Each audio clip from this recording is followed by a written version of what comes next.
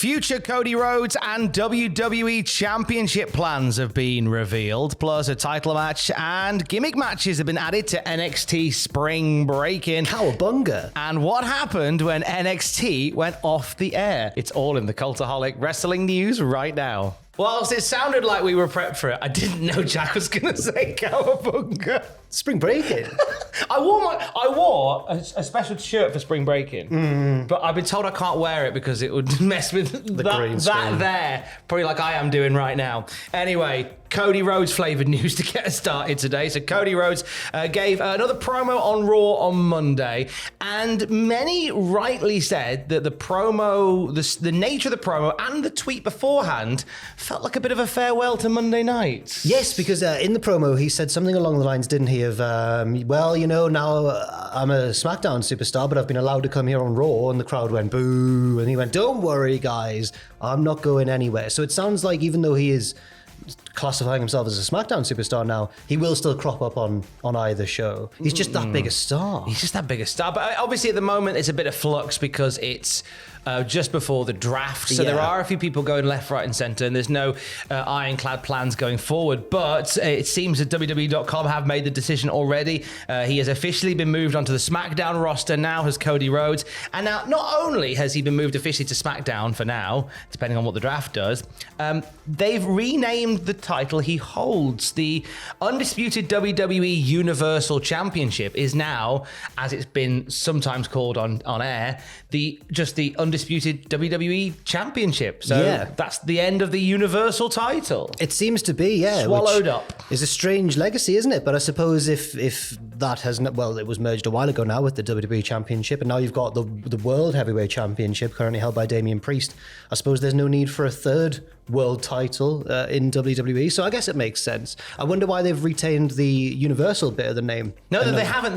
Sorry, the undisputed part. I meant. Sorry. That's because that's the bit that I was confused by because they've got rid of the Universal bit, which is what it is. But then the undisputed part, that's still there. It's by having Damian Priest there, it is disputed. It is disputed. There's two world champions. I suppose they mean because it's the combination of two world titles, the Universal and the WWE title, thereby making it undisputed. But as it was called when Roman Reigns first unified those two belts. But I wonder if it's like an aesthetic thing, like because it sounds a bit MMA, it sounds a bit fighty, and now they're friends with the UFC. Maybe that's a possible reason. I don't know. It's an interesting one. It does at least kick off quite a distinct era for the title. It's similar to when, or was it Brock Lesnar years and years ago when he, or Jericho was, of course, who made it undisputed, I suppose, when he unified the WCW and the WWF titles. But yeah, it's a strange one. It is indeed, but I think putting it on WWE.com makes it official.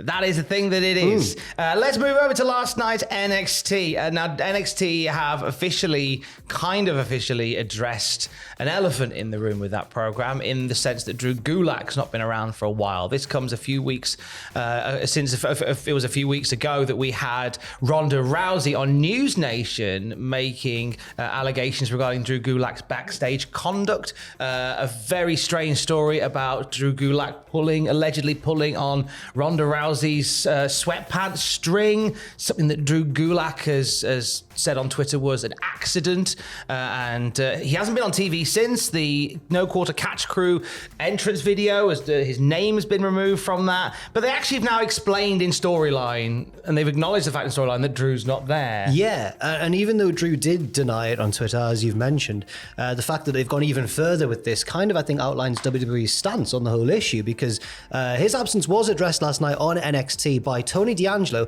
and the D'Angelo family, as Tony revealed that the No Quarter Catch Crew, previously Drew's stable, had come to the family to, quote, take care of one of their own, but they didn't really elaborate any further. But I think everyone's kind of taken it as quite a clear reference to the fact that Drew Gulak has disappeared from our screens and from their Tron and from, and from everything. From everything else. Sources within NXT, according to Fightful, say that Drew Gulak isn't expected back anytime soon, or even at all. all. So we may not see Drew Gulak as part of the product going forward. We are going to get a 6-man tag between No Quarter Catch Crew and the family at Spring Breakin next week. Not only was a 6-man tag announced, but we had 2 big gimmick matches announced as well. It was revealed that Sol Ruka is going to be in action.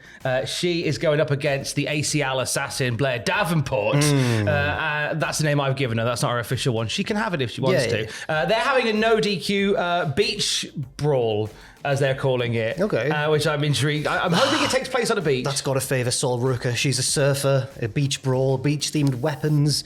Oh, it's like a home game, innit? I think this might happen, you know. I think she might lock in a surfboard on a real surfboard. Yeah, that's the sort of thing wrestlers find funny, isn't it? They're like when, do you remember when Martin Kirby did a botch on Matthew in the crowd and he'd done a botch on the botch guy? That's the sort of thing wrestlers enjoy. It's all good banter, isn't it, really? That's not the only gimmick match has been added. We've got another one coming back. Yes, we do. And calm down, everybody, but it's going to be NXT Underground as Lola Vice takes on Natalya from the main roster. And even though Natalya gets, I think, muted receptions on the main roster, when she headed back down to NXT, she has been like an ultra babyface there. They love seeing her back, which is great to see. But yeah, this continues a simmering feud between the two that has seen Vice get involved in Natalya's recent matches with Carmen Petrovic and Roxanne Perez. NXT Underground is an offshoot, isn't it, well, it's a slightly more serious version of Raw Underground. Raw Underground was very serious. Yeah. Omos on the door. Yeah. Shane McMahon leading the fight. Oh, this is sick. Yeah. This is sick. Come on, stop the fight. I'm Shane McMahon. And then he'd Like wander he's over here. with his drink and there'd be a platform with dancing ladies on it and they'd all be like, that's bloody Shane McMahon. Shane McMahon. They'd all be impressing him with Do you their want me to lap dances. dance for you? Yeah, it was very... Do you like my codes? Yeah, and then I remember once 2 of the dancers nearly had a fight, but they calmed down because Shane McMahon told them to, and he's just so cool. Yeah, totally. I don't think we'll see Shane McMahon at NXT Underground, sadly. The way they've been doing it is they've been doing it in the NXT arena with the fans there, but the lights low and wrestlers all around the no rope ring. It's like blood sport with no blood and less sport. And we'll be getting that with Natalya. And the first time that we've had an NXT Underground match without Eddie Thorpe. Yes, I feel like he's done I think he's done the last 2 at least. He's definitely done the last 2. I want to say Gable Steveson was involved in one. He was involved, I think, in the one with Damon Kemp. But I think he just got involved rather than was in it. I thought Steveson had one against Baron Corbin, but that may have been under a different stipulation. Regardless, Eddie Thorpe's been involved. Yeah, he's been involved in a few of them. This will be the first, I believe, anyway, the first women's NXT Underground match as well. It certainly will. Also for Spring Breakin Night 1, as well as those 2, Roxanne Perez defends the NXT Women's title against Lyra Valkyria and Tatum Paxley.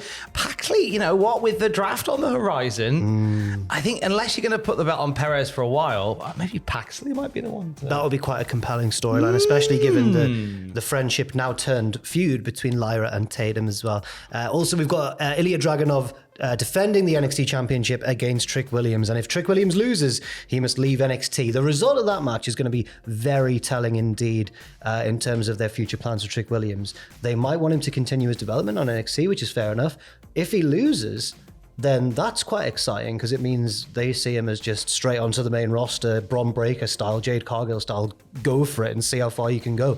I wouldn't be opposed to either outcome. No, me neither. He signed off, did Tricky, on his feud with Carmelo Hayes last night in a cage match on NXT, beating Melo in the main event. When the NXT cameras stopped rolling, Carmelo Hayes remained in the ring and got chants of "Thank you, Melo" ringing out around. He responded with what I believe is called, and forgive my pronunciation, a bras d'honneur. A bras d'honneur, which is one of them. Which I'm surprised. Give him one of them. I'm surprised by the very continental Europe name there because it seems so American to me. Hey, yeah. Take that, you! I'm walking here. Yeah. That's how we see all Americans. That's all. Give me a coffee. I'm walking here. It is believed that... Screw you, pal. Miracle. It is believed that Melo is off from Tuesday nights. It's believed that may have been his last match with NXT ahead of the main roster call-up that he might be getting in the draft alongside Ilya Dragunov, who himself has already been confirmed as eligible for the draft. Other names possibly leaving Tuesday nights, according to a report from Fightful, include Tony D'Angelo, Baron Corbin, possibly Roxanne Perez, which makes me think why they might change the women's title next week. Perez even said herself in a recent promo, didn't she? She said, I'm not going to lose this belt ever again. The next time it leaves my hands will be when I vacate it and move up to the main roster. So she seems to be implying herself that she could be in line for a possible call-up. Spring Breakin's looking pretty stacked. It's looking very cowabunga, as they say. Are you twitching tonight? I am twitching tonight, myself and Owen Mawson, on twitch.tv/Cultaholic. Last week, unfortunately, we did miss it because I was still trying to right my body clock after WrestleMania weekend and everything. And Owen was playing football with the lads.